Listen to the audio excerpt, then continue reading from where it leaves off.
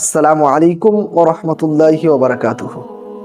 আল্লাহ রাসূল সাল্লাল্লাহু আলাইহি ওয়াসাল্লাম তিনি হাদিসের মধ্যে বর্ণনা করেছেন, লা ইউমিনু আহাদুকুম, তোমাদের মধ্যে ওই ব্যক্তি ততক্ষণ পর্যন্ত মুমিন হতে পারবে না, হাত্তা আকুনা আহাব্বা ইলাইহি, যতক্ষণ পর্যন্ত আমাকে না ভালোবাসবে, মিন ওয়ালিদিহি ওয়া ওয়ালাদিহি ওয়ান নাসি আজমাইন, তার পিতামাতা, তার সন্তান সন্ততি, এমনকি সমস্ত মানুষের থেকে বেশি। আল্লাহ রাসূল সাল্লাল্লাহু আলাইহি ওয়াসাল্লাম তিনি এই হাদিসে বলছেন, হে আমার উম্মতেরা শুনে রেখো, তুমি ততক্ষণ পর্যন্ত মুমিন ইমানদার হতে পারবে না যতক্ষণ না তোমার পিতামাতা, তোমার সন্তান সন্ততি, এমনকি পৃথিবীর সমস্ত মানুষের থেকে আমাকে বেশি না ভালোবাসবে।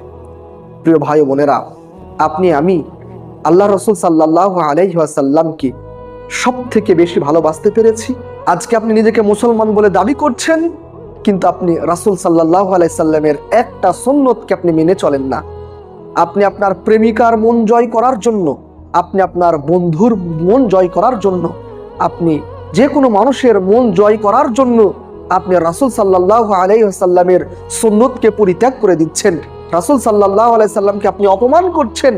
একজন মুসলমান কিভাবে রাসূল সাল্লাল্লাহু আলাইহি ওয়াসাল্লামকে অপমান করে, তার সুন্নতকে পরিত্যাগ করে, কিভাবে সে একজন প্রকৃত মুসলমান হতে পারে?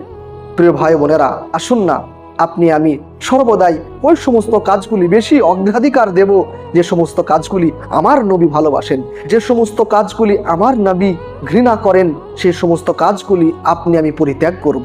পরিশেষে আল্লাহ তাআলার কাছে দোয়া করি, হে মাওলাই কারিম, হে আল্লাহ, আমরা সদা সর্বদাই রাসূল সাল্লাল্লাহু আলাইহি সাল্লামের সুন্নতকে মেনে চলতে পারি, সেই তৌফিক তুমি দান করো, আমিন। আসসালামু আলাইকুম ওয়া রাহমাতুল্লাহ।